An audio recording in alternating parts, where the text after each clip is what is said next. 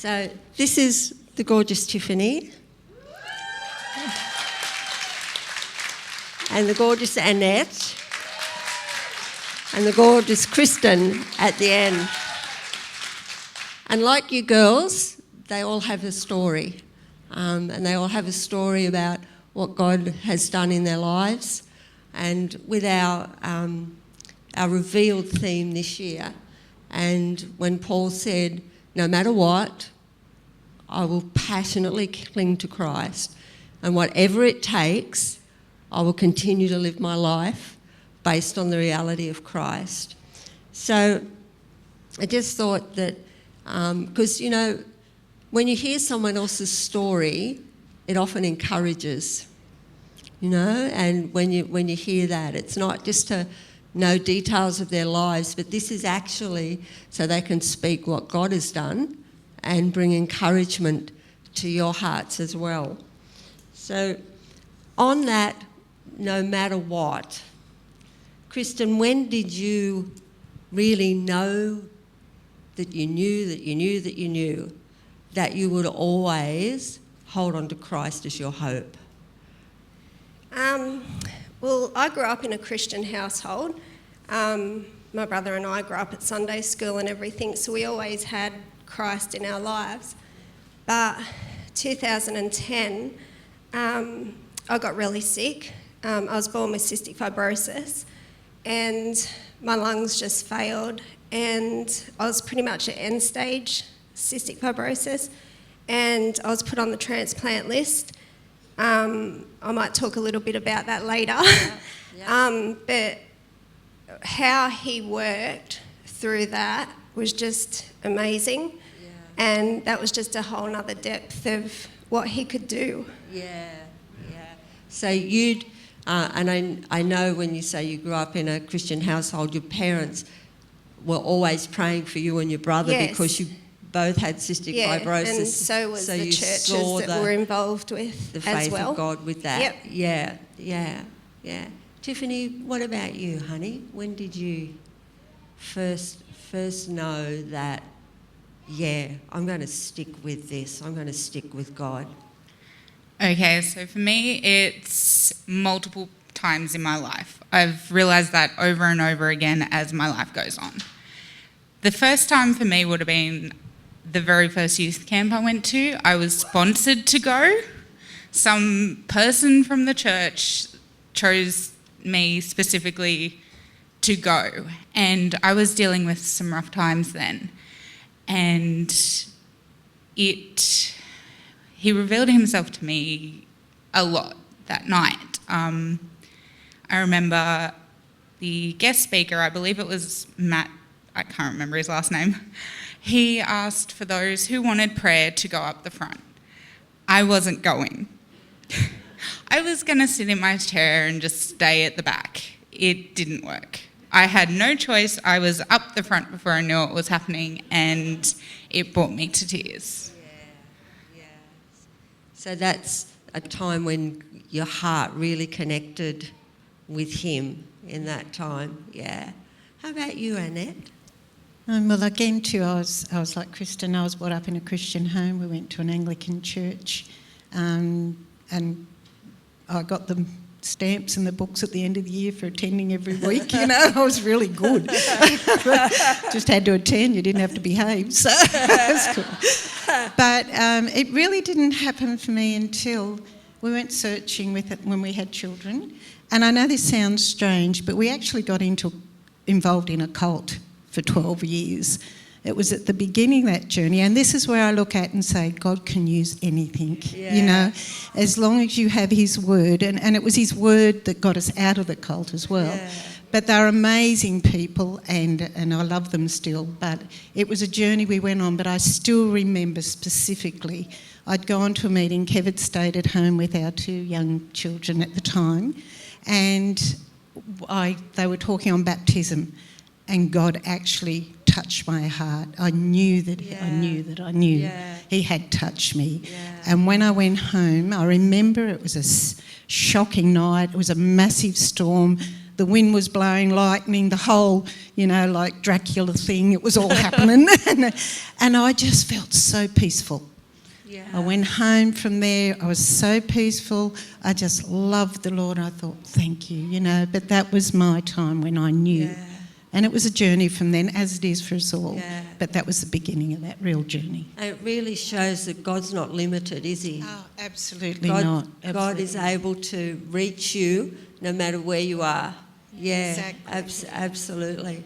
So, and it just, while we're still talking with you, there's often seasons in our lives, some difficult, some good, some not so good.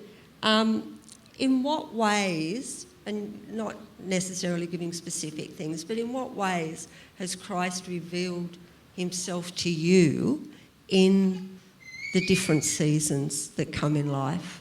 Oh, look, there's so many. There really is so many. And God, on each occasion, would bring that to the point where I know no matter what's happening, I can trust him. We have 5 children. We had trouble having children. And I remember when we started on the journey with him, I'd had to have an operation. I'd had miscarriages before that. But between our second and third child, that was when I was actually searching for God. And I had another miscarriage. I couldn't understand it. It was just like, hello, now this isn't right.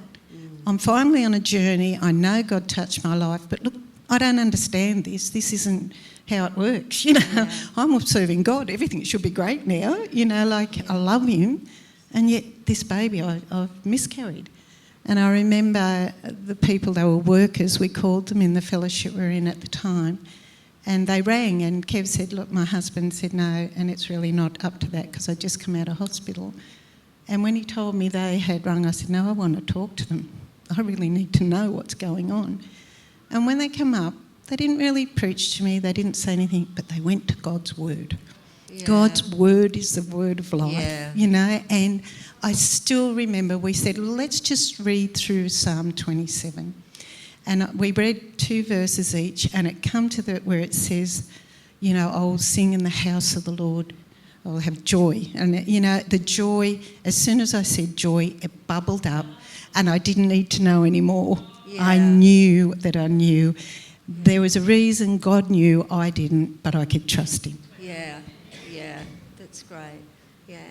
What about you, Tiff, in seasons? A lot.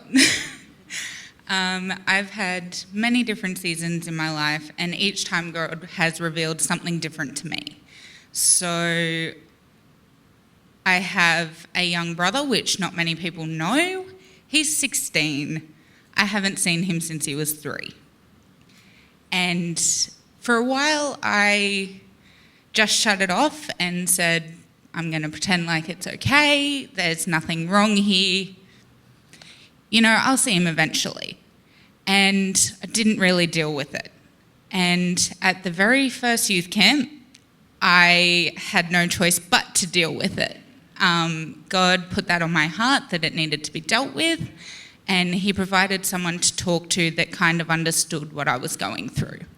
And we sat and talked for about an hour, and it really helped. So he showed me that there are people around that understand what you're going through, not to shut yourself up and hide away, and to talk to people that you may not think need to be talked to.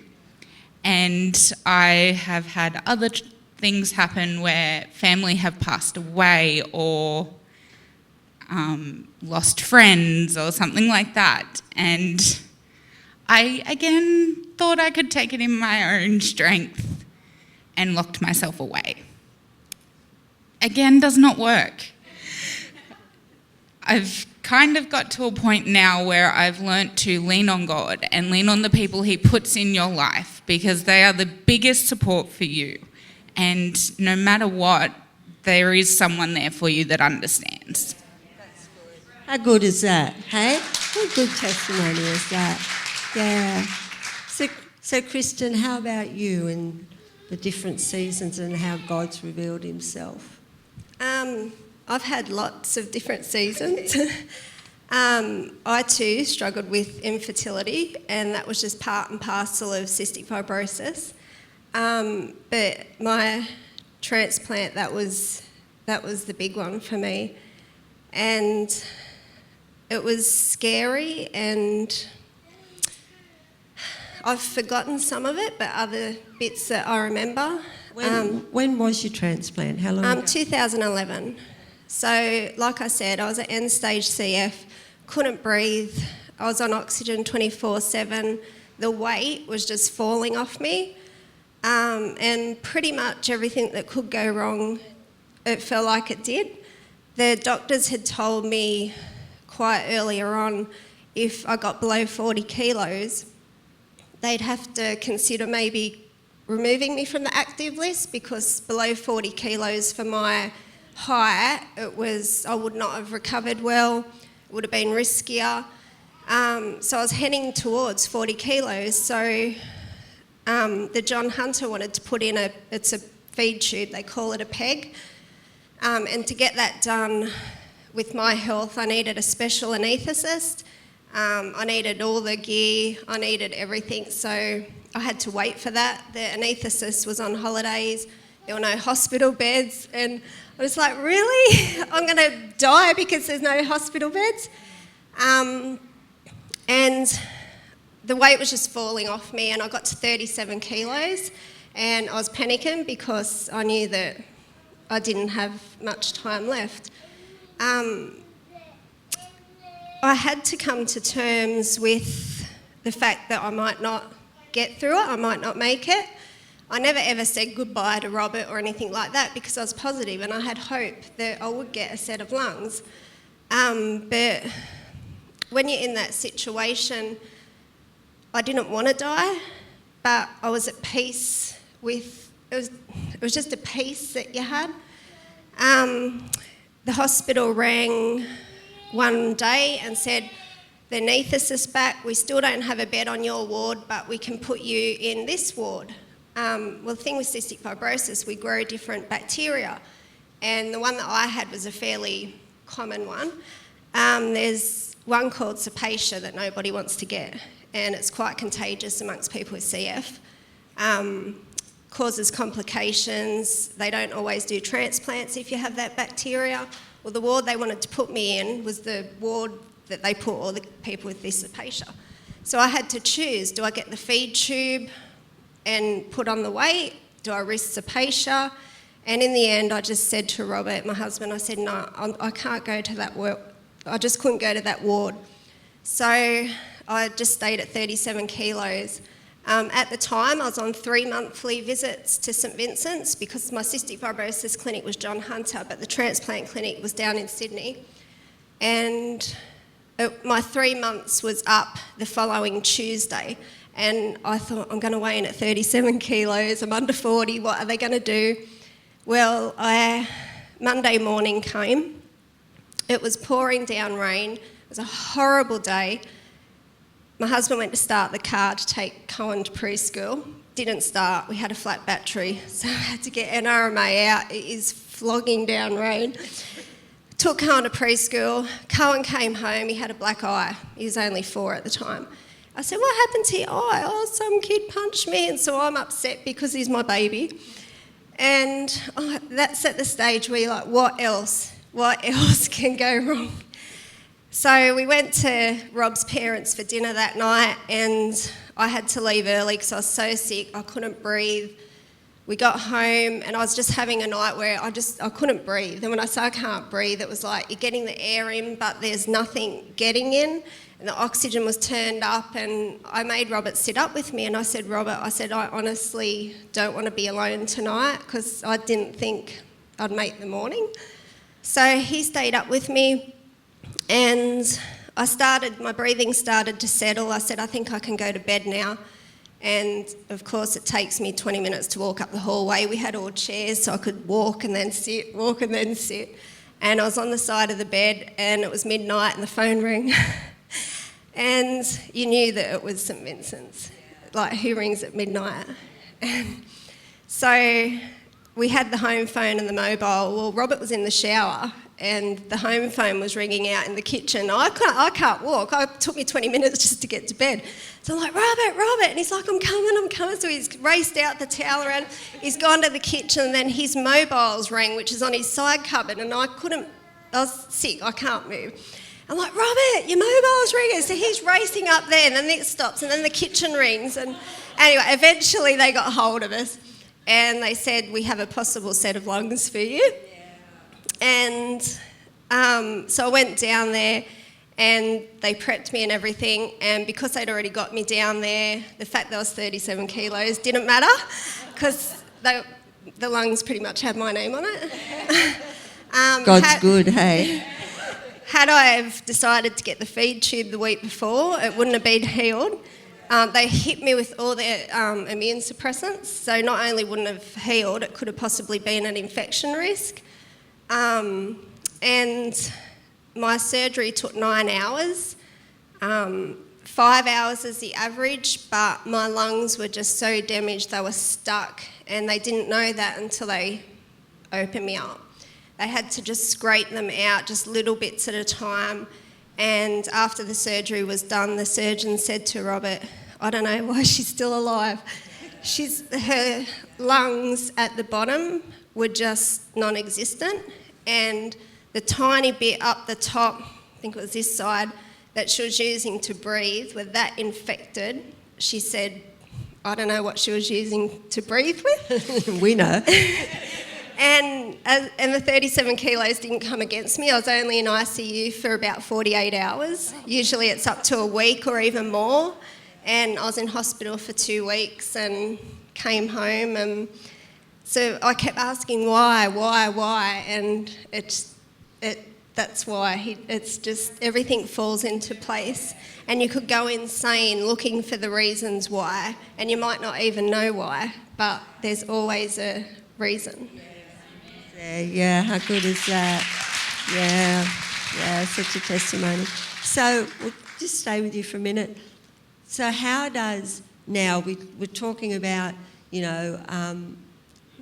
keep living your life, whatever happens, keep living your life based on the reality of Christ. What does that look like for you in your day-to-day now? What has God revealed that's perhaps changed how you would have to how you do now? I definitely look at life differently.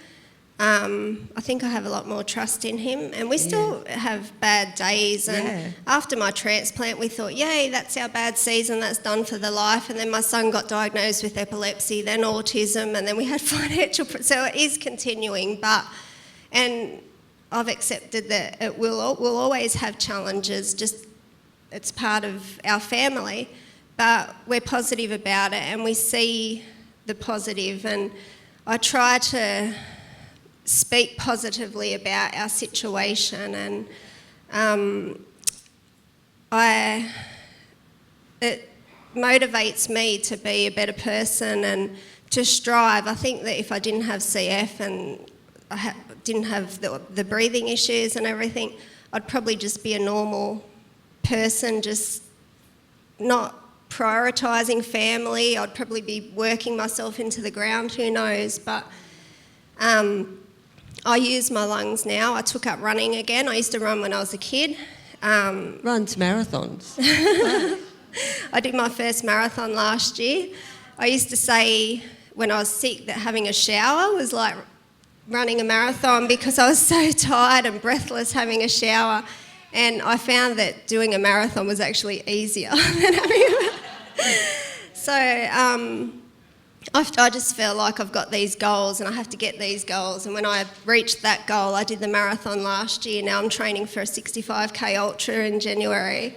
And hopefully I can just spread the word about organ donation and the work that God does. And I found out my donor was a runner. Yeah, even the lungs, it's there's no such thing as coincidence. It's she was a runner. I'm obsessed with Disney, and her mum said that she was obsessed with Disney, and I've been to over to Disneyland and Walt Disney World a couple of times, and her mum was thrilled because Jess never got, that's my donor Jess, she never got to Disney, but I have. I'll never know the family, we just write, it's anonymous, so I send a letter through Donate Life and we do that. So, but yeah, every day it's just, we have our challenges and we just try to look positive and see the best in things. How good is God, hey? In all those moments, yeah. Thank you for sharing that. For you, Tiffany, how does it look now with the thing, and God will continue to reveal himself to you, and we never get to the end of that. But at your point now, how does living your life based on the reality of who he is look like in your everyday, you know, in your work or your home, or how does it look? To me, it looks like support, honestly, a lot of support. And going through different things, you come to see that there is more support available to you than normal. And I'm the kind of person that tries to do it on her own. And now I've learnt to talk to the people around me, to pray to God in everything you do, and that no matter what, your prayers will be answered one way or another. May not be how you think it is or what it looks like, and I know that from experience. I had big plans for where I would be right about now, and this couch was not one of them. I'm not a public speaker. This is a big thing for Tiffany, really. This is a big thing. Yeah, big thing.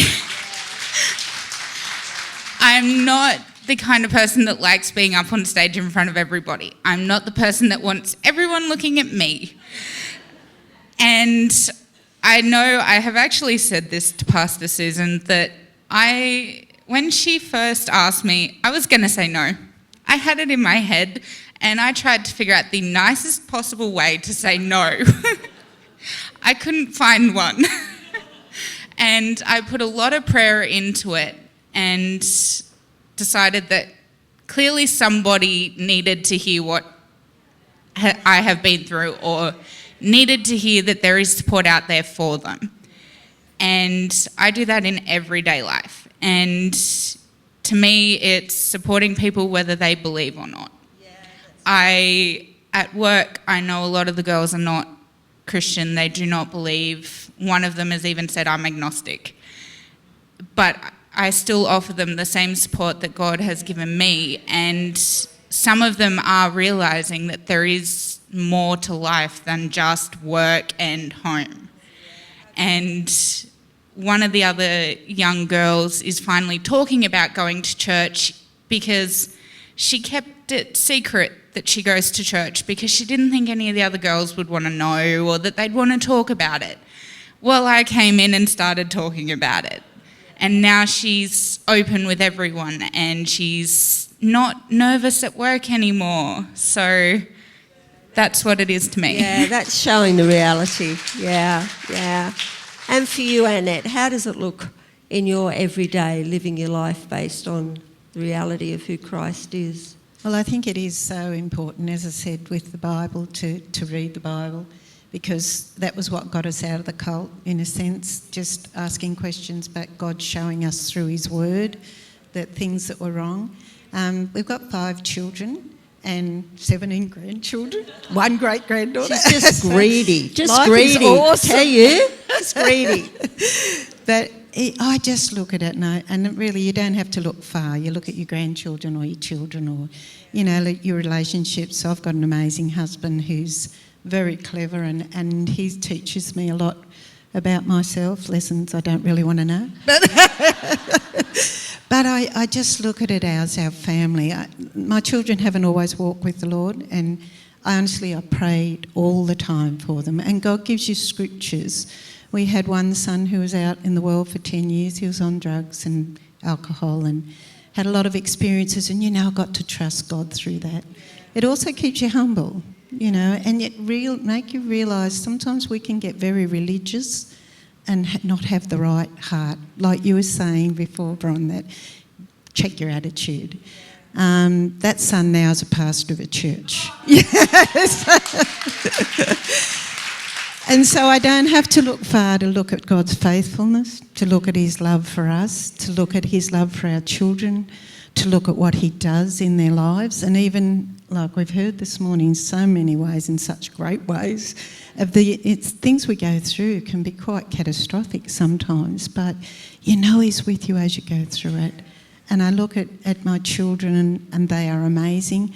I always believed wholeheartedly they would serve the Lord, whether it was while I was alive or not, whether I would see it or not, I just knew they will serve the Lord. And the 5 of them are in church, and I just think God is so faithful. So for those who have children and aren't serving, just keep praying for them. You know, you get scriptures. I had one, no matter how mighty the captor, God will take them out of the place of their captivity.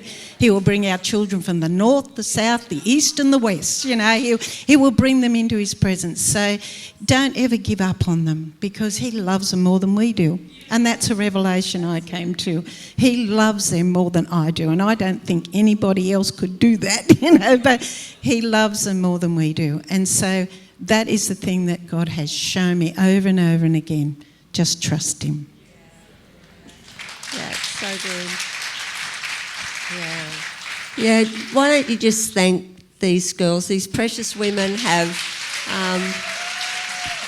shared their hearts with you, and